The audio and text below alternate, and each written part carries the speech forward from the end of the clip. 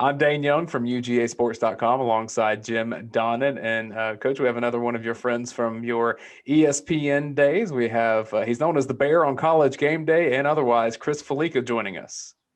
Yeah, very fortunate to get the Bear on with us, one of the top guys in the country now. I used to know him when he had holes in his shoes up there, but he's the man. And I tell you, when I was working up there, when you needed some help, if he couldn't do it, he'd put somebody else. And every time I went on the air, they made me look good with all these facts that I never would have thought about. But we'll talk a little bit more about how he deals with all this backup stuff for people. But how's it going, Bear? Glad to have you with us, buddy.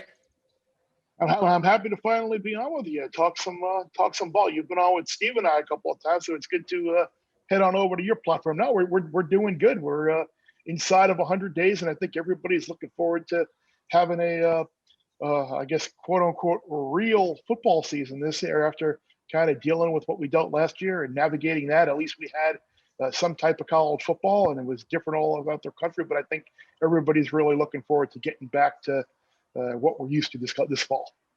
Yeah, that's for sure. I mean, at least you got to go out some, for game day and cover the games. But going into the season now, the first question everybody around here wants to know is, what's the perception that you have, the national perception, your buddy Kirby Smart, everybody? How do they feel about the Dogs going into this year? I think I can't speak for Kirk and Chris and Reese and Dez, and well, I'll speak for Paul because he's probably going to have the same opinion that I do. But I think they are clearly the team to beat in the SEC East. I think what happens in the opener is kind of an interesting dynamic. But my biggest concern, obviously, would be how do you replace George Pickens? We saw the rapport that he and JT Daniels had last year once JT got the job and locked it in.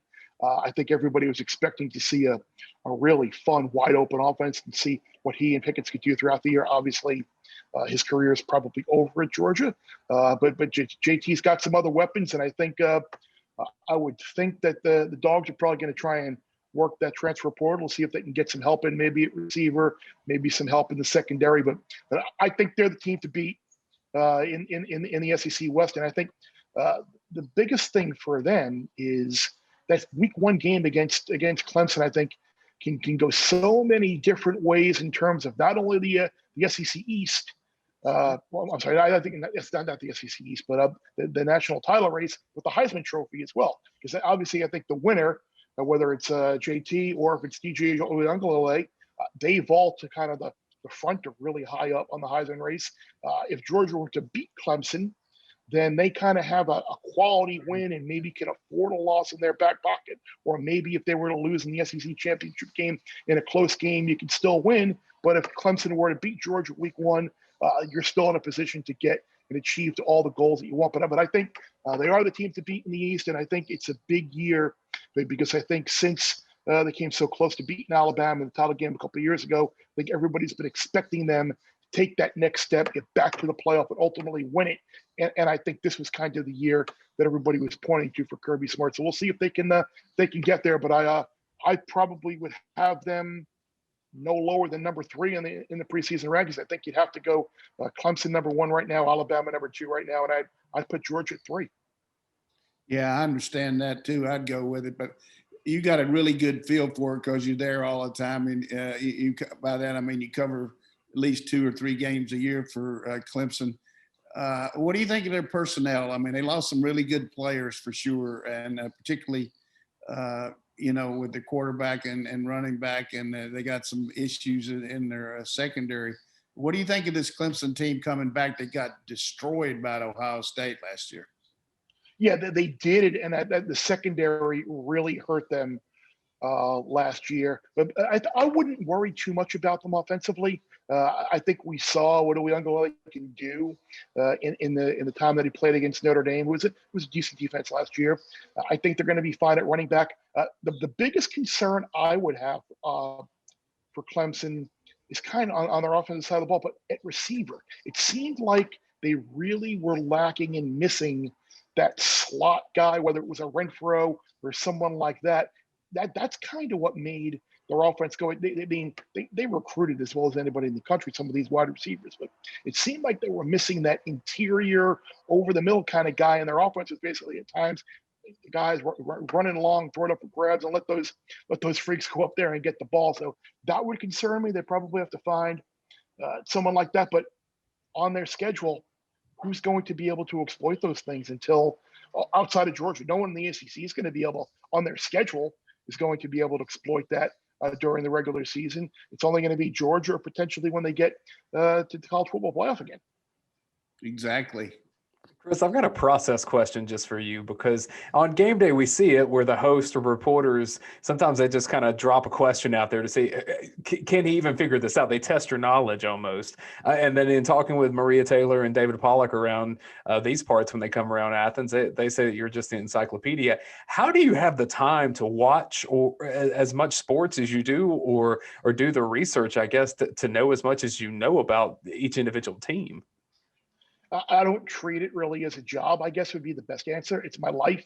It's been my life growing up to where I am right now. I was the kid growing up in New York, keeping score in my scorebook for a Yankees game during the summer in 1980.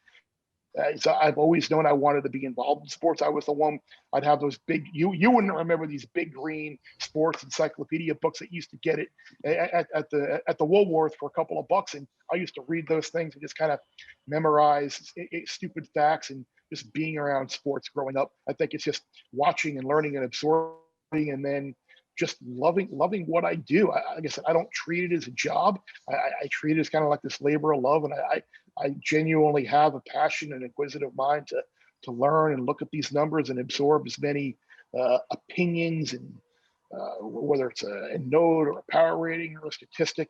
It's just something that I love doing. And half the battle is, you may not necessarily know the answer off the top of your head, but you certainly know where to go to get the answer, or the process in order to get the answer. So that's the most important thing. I can't memorize everything, but the most important thing is to be able to know where to go as efficiently as possible to get the answer. Well, you sure know where to go, that's for sure. And let's talk about the process of getting ready for the big game every week. Take us through what you do, real quickly, point by point. Like, you guys have a meeting early in the week, and then you end up getting to the site, and then the day of the game. Just give us a quick rundown on how that works. Well, the week really starts as soon as it ends, just because of the time constraints that our show was under. Literally on Sunday, I'll get back home and I'll have lunch and spend the afternoon kind of relaxing, and then that night I wind up putting together a weekly planner. Essentially for College Game Day is what I call it. It's essentially ranked matchups, the biggest games of the week. It's kind of like thumbnails and just a stream of consciousness type stuff, thoughts, numbers I want to look into, story ideas of things that could go into building the show and building elements within the show, whether it's the graphic piece, a feature, a conversation, anything like that. So really the rundown, kind of the order of the show that gets put together, is really formed off of that document. And then that you alluded to, the meeting that we have early in the week, the conference call between myself, the producer of the show, Reese, Kirk, and whoever else wants to hop on that call. We kind of kick around some ideas as some things that people are passionate about, and we'll probably make the best TV. And so as we do that, Wednesday is kind of the day that I dread, I think, of all the days in the week. Wednesday is kind of the one there where I kind of have like the least amount of time to do the biggest amount of work, because I have to travel on Thursday to site. Then once we get to site on Friday, we'll have our Thursday. We'll get together. Typically, last year we couldn't, obviously, but during the course of the year, we'll have like a big Thursday meeting, kind of to finalize any other like ideas, and then Friday will be a production set day where graphics get built, all of our stuff will get tied together in the truck, and then Saturday we go.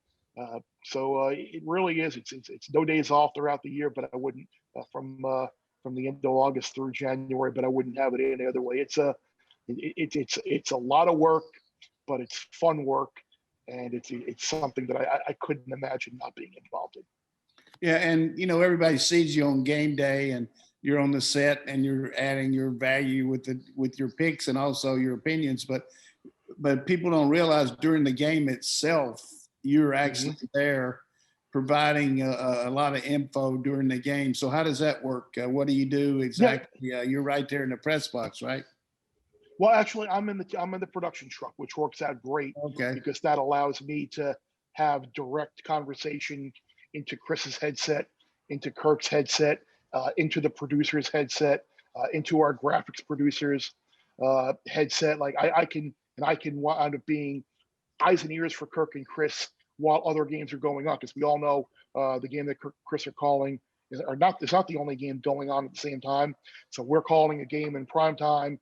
Example for last year, we were somewhere and the Notre Dame Clemson game was going on. So I was able to kind of watch that game, keep them up to date what was going on there while our game was going on. So there's a lot of different things that are going on during that telecast. Me keeping my own stats, getting in Kirk's ear. Hey, 87 with the block in case he misses something that's going on the field. So statistics, spotting eyes and ears, noticing trends that are going on in the game, watching other games going on. But yeah, that's something that I really miss, because I used to do in college.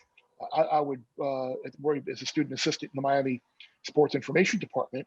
I would work and do live in-game stats for like visiting radio and TV networks that came to Miami to do Heat, Dolphins, Marlins, whomever, Panthers, and I loved that rush of live sports and being involved in it at a court side or in a truck or in a booth, and being involved during a game, doing live stats during a live game, the excitement of everything constantly going on. It kind of, I don't want to come across like I was in a rut or anything, but adding that to my plate as well as the game day stuff kind of energized me a little bit. Like, wow, this is a new spin on what I've been doing, something else more to do, another challenge, and I've really come to really comfort and enjoy that role. Were you ever nervous when they came to you? And I don't know if it was Kirk or whoever. I know you all are tight, but when they said, "Hey, let's put a camera on you. Let's add you to the on-air product."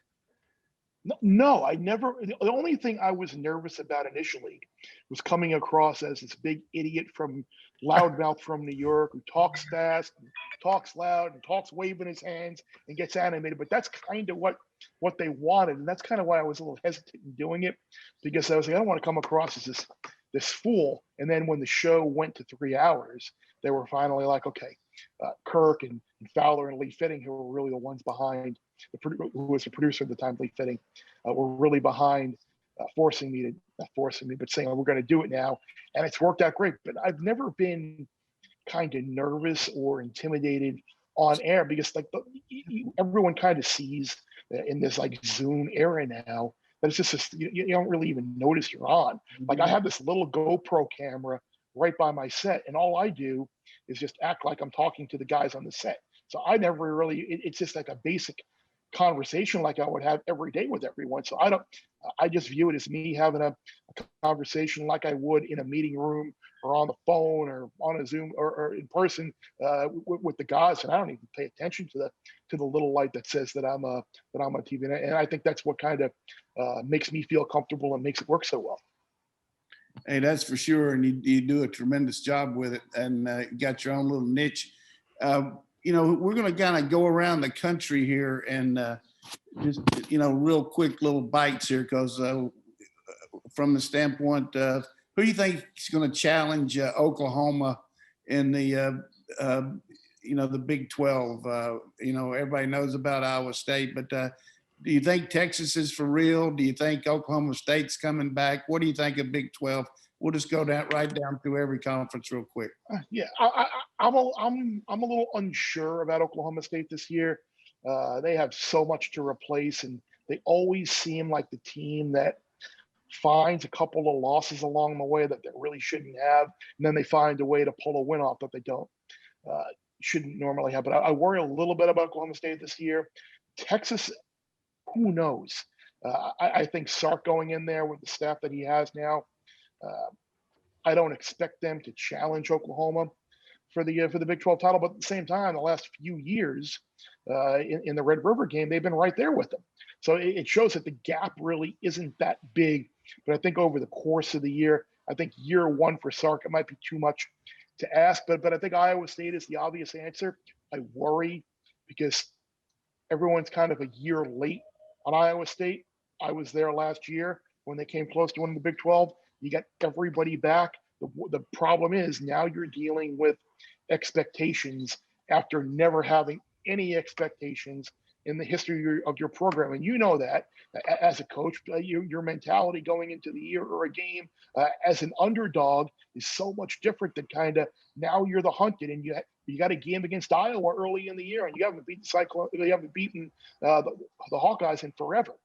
You lose that game. What does that do to your season? What happens if you drop a game along the way? Maybe you're not supposed to, or you go to Oklahoma and you lose and you don't wind up back in the Big 12 championship game like most people think. Now, I think the leadership on that team that they have with Purdy and Hall and some of the guys on defense, I think they're good enough to overcome some of that. But I think probably better than anyone, now that you're actually going into a year with people noticing and expectations, that's going to be a lot, I think, to handle for Iowa State.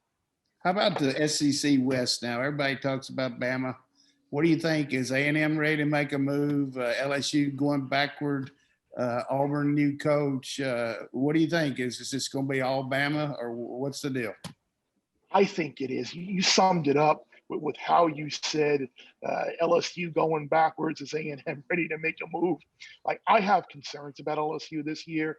I know they had the turnover on the coaching staff again, but I can't get last year out of my head, even though it was a weird year. And that's one of the things I'm kind of struggling with this year. And I'm sure this is something we're going to talk about, whether it's you and I and Steve are on the show. Like, how much credence, how much stock do you buy into what happened last year in situations where teams either A, had overachieved and had a really magical special season, or B, went the other way and had the bottom fall out and had an unusually bad year. But I'm something about LSU that worries me this year. I don't think they're on Bama's level. I think the early look ahead line and that spread was like Alabama minus 19 or so, which is crazy. Yeah, and A&M fans hate me because I picked North Carolina to cover against them in the Orange Bowl, and I picked Auburn to beat him, and Auburn had that, just basically gave the game away. And I think I picked someone else to cover against A&M, and maybe it was a back. I don't know, but I did pick A&M to beat Florida last year. They seem to forget that. But Jimbo has to replace his quarterback. He's got to replace a good part of the offensive line. The defense should be really good, but when was the last time A&M went into one of these big, like, hyped top 10 matchups at Kyle Field and they rose up, pull the upset? Like, when they win these games, it's because either they're unranked or they're ranked outside the top 10, or maybe they're on the road and the team's sleeping. I mean, when Johnny Football won that game down in Tuscaloosa, it was a big upset, and they weren't a top 10 type team. But now you're on your home field. You're 10.5, 11-point underdog against Alabama in the middle of the year. It's going to be one of the hype games of the year. A lot of pressure on them to win that game. And it's almost like until they win one of them, I just have a hard time buying in and believing that they're ready to do that. Auburn, you hit on it with Harsin. New system, new coaching. I think it's kind of a year zero, year one. I don't think you can expect Auburn to contend with Alabama this year. So I actually made the suggestion the other day on Daily Wager. We were talking about the SEC, and I said, why not lay the 125 or 140, whatever it was, on Alabama to win the SEC, because this is probably the lowest point of the year that they're going to be power rated. And if they do wind up making the SEC championship game, you're going to have to lay a heck of a lot more than 140, I think, on the money line for them to win. If they play Georgia in the SEC championship game, they're probably a 6.5 point favorite, and it offers you an opportunity to kind of maybe buy back on a little if you want to try and guarantee yourself profit by taking the underdog on the money line. So I think Alabama is still clearly the team to beat in the SEC West. Hey, that's for sure. How about one other thing, and we'll let Dayne come in here. Anybody in the country, we know about the Big Ten and Pac-12 and everything. Anybody in the country that you think can maybe make a dent this year outside those top 4 or 5 teams? I think Oregon is a team to still look at. I think if you look at Oregon, I don't think anybody expects them to go to Ohio State and win early in the year with a new quarterback, but their defense is really, really good. And I think what happens after that Ohio State game is going to be key for the Ducks. Like their season win total was 9, and I think they're simply better than everybody else in the Pac-12. Maybe they go to Washington and get caught up in a rivalry game and lose, but I think with Thibodeau and some of those guys on defense, the Ducks are going to be a team that you're going to watch. I think Joe Moorhead with that offense with the new quarterback, I think they're going to be pretty dynamic there. So I'm really looking forward to see how Oregon does after the Ohio State game, win or lose. Chris, one thing I wanted to ask you about, because I love asking our guests this, just about your friendship with Coach Donnan, how you got to know him, how you got to be friendly. Obviously, you were together in the halls of ESPN, but if you got any good stories about him, or just kind of tell me where that connection generated from. I think it came from just working with him when I was fortunate enough to do that when he came back up to Bristol. It was weird because he would come up and then I would kind of have to leave most of the time for game day, so I didn't get to spend a ton of time with Coach on college football Saturdays, but in person. But it's getting to interact with him throughout the week, and then even since he's been gone, he's just someone's opinion who I value, respect, and trust, and he makes it fun. He's got so many great stories about his experiences in the game, maybe a point of view on a game or something that I might be missing or Steve might be missing. And he's someone who has really educated me on a lot of things about the game of football. Now, look, I can look at stats, I can look at numbers, I can have an opinion on what I'm seeing happening on the field, but he can tell you why. And I think that's made me more successful in my job, being able to marry my knowledge of numbers with his knowledge of the game to kind of explain why what I'm seeing on the numbers and what he's seeing on the field, why they all kind of mesh. But his I think I got to keep him around, if nothing else, for his stories from NC State and from Georgia and from Marshall and Oklahoma. Because you talk about a guy who should write a book. This guy right here should write a book. Be a bestseller.